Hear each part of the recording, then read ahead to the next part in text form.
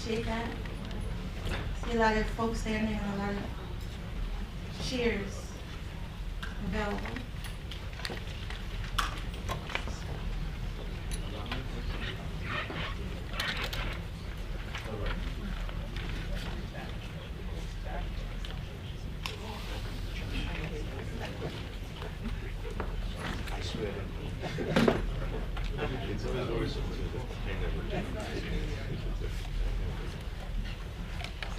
Good morning.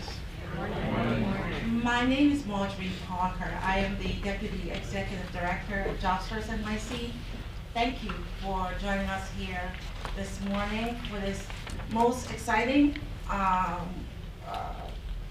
don't like to use the term event, but I'm going to because for us it is an event in the Bronx. And my organization, JobsFirstNYC, we were funded 10 years ago by local philanthropy in New York to focus on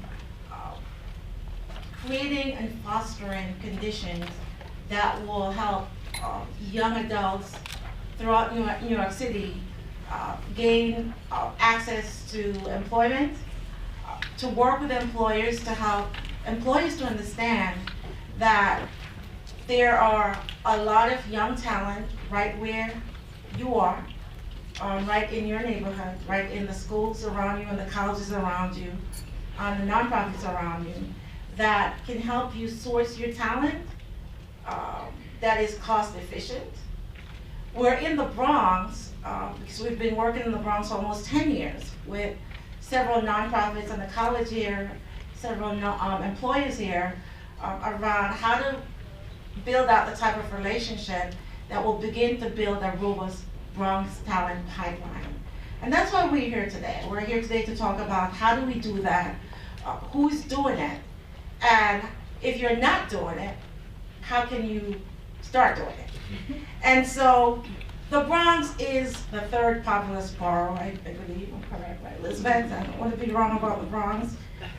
The South Bronx, occasionally we get that wrong, right? So there are 8,000 businesses in and around the South Bronx. So we said in the South Bronx, adjacent to the South Bronx, and some folks said, and Central Bronx too. So we say in and around adjacent and Central Bronx, 8,000 businesses. But when we look at the number of businesses that are engaging with the high schools and the nonprofits and the colleges, and we've been doing this research for 2 years, we've called businesses, we've actually showed up at some of your doors, cold call because you wouldn't answer, so we drop in to talk to your HR person,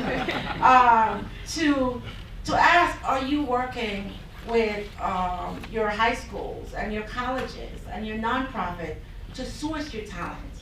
And overwhelmingly the answer was no.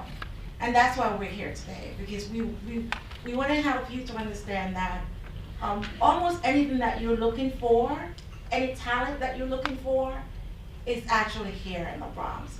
And also for us, for young adults who are in high school, maybe you are not someone that can do an internship, maybe you're not someone that have really high hiring needs, that there are different ways to help source and develop talent in your neighborhood. Maybe you will mentor someone, maybe it will be an internship, or maybe you have some customized training that you'd like to get done.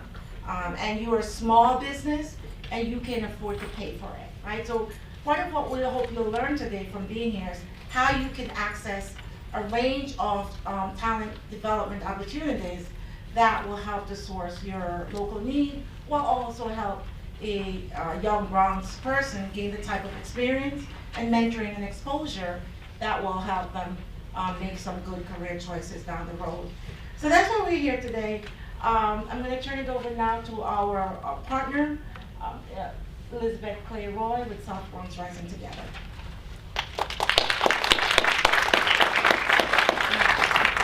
Thanks Marjorie and the team at Jobs First. My name is Elizabeth Clay Roy. I'm one of 2 co-directors for South Bronx Rising Together and the Chief of Staff at Fixed Neighborhoods. And it is such a pleasure to be here this morning. This is my favorite kind of room, not just because Montefiore has put it together so beautifully, but because I see a lot of friendly and familiar faces and a lot of new faces too.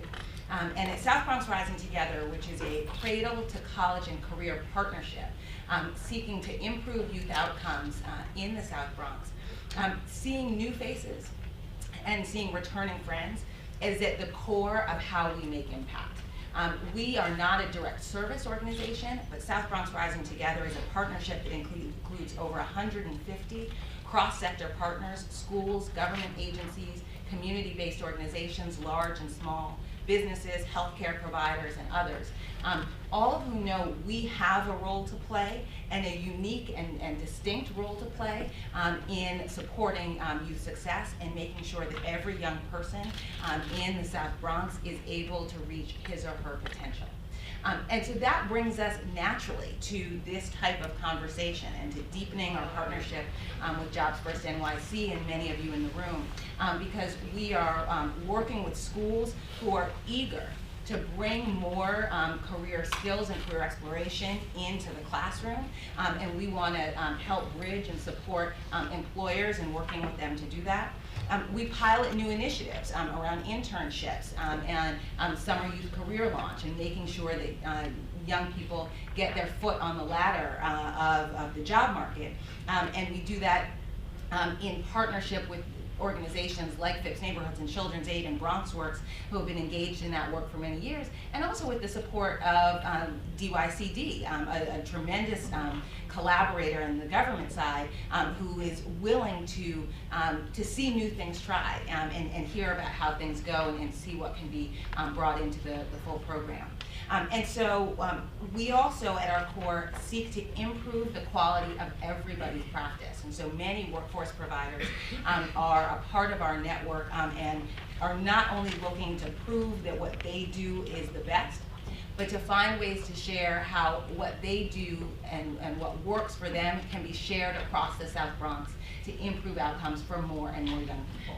And so it's really critical to us that we both thank all of you for coming and acknowledge the partners in the room that make South Bronx Rising Together what it is. So I see friends here from Knowledge House, from Here to Here, from Year Up, from many government agencies, from Bronx Works. So just want to acknowledge anyone here who's part of the South Bronx Rising Together network. If you could raise your hand. All right. Thank you. Thank you for all that you do and being a part of this movement. And I want to go ahead and thank our incredible hosts at Montefiore Medical Center, who have been really critical partners from the very inception of South Bronx Rising Together, and they continue that momentum to this day. So want to invite up Dana Politis, the Director of Learning at Montefiore Medical Center. If I got it wrong, Dana, you can correct me. But thank you so much to Montefiore, to Jobs First, to all of you for taking some time out of your busy day to be with us this